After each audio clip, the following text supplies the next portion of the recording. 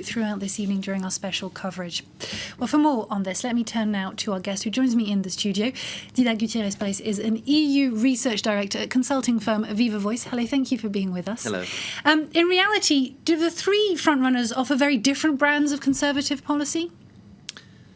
Yes, they have. I think that's one of the three major lessons that I think the Conservative family has learned over the last 3 years, because as your colleague was saying, we come from a very hard-fought battle within the party in 2012 that ended very badly for the party.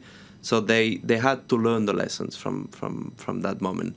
And I think they have at least one of the lessons was that we need to discuss ideas, not only personalities.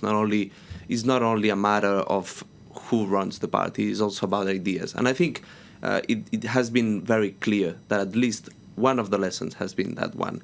They have discussed ideas throughout the debates.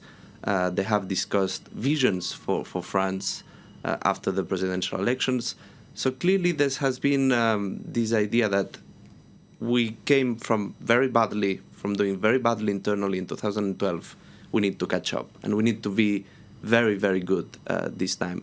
And I think that the participation also shows that. I mean, they are all part of the same political family, and I think they must be tonight very, very happy about how they organize this meeting. Could you break down perhaps to one word or one idea, the idea that each of those three candidates represents? Well, I think that it was very, very interesting to listen to them at the end of the last debate. Sarkozy was on this idea of the experience. So he was playing a lot, saying, if you want someone that has this experience and has been there before, well, I'm your man. Juppé was clearly, and in fact he has been throughout the campaign, playing the exact opposite role, saying, I have experience as well, but I want a new vision. I want something new and something that can reach to both ends of the political spectrum. And Fillon was playing with this idea of truth.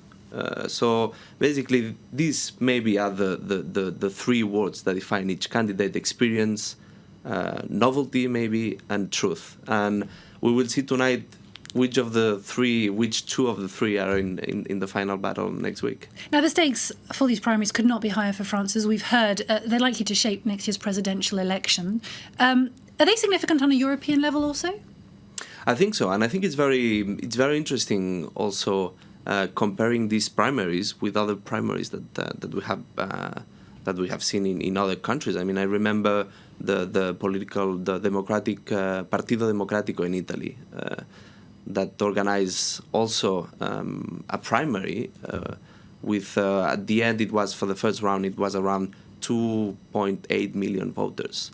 We are looking at figures much higher in France. So it's been clearly a success also on a comparative European point of view, and of course there will be some consequences for the long run regarding European politics, because the foreign policy of the three candidates is also very different. We have more pro-Russian candidates, we have less pro-Russian candidates, we have some openly pro-European candidates, we have some of them that they are not that openly pro-European. So it's a major moment for European politics, because the person that wins this election will have a lot of possibilities to be the next French president. And as we know, the relaunch of the European projects for the next 5 years will depend a lot on the Franco-German let's say, leading role. So who runs France runs half of, let's say, European Union, if I must say it like this. But Didac Gutierrez-Peris, thank you very much for your analysis. Thank you. Well, let's go to Germany now, putting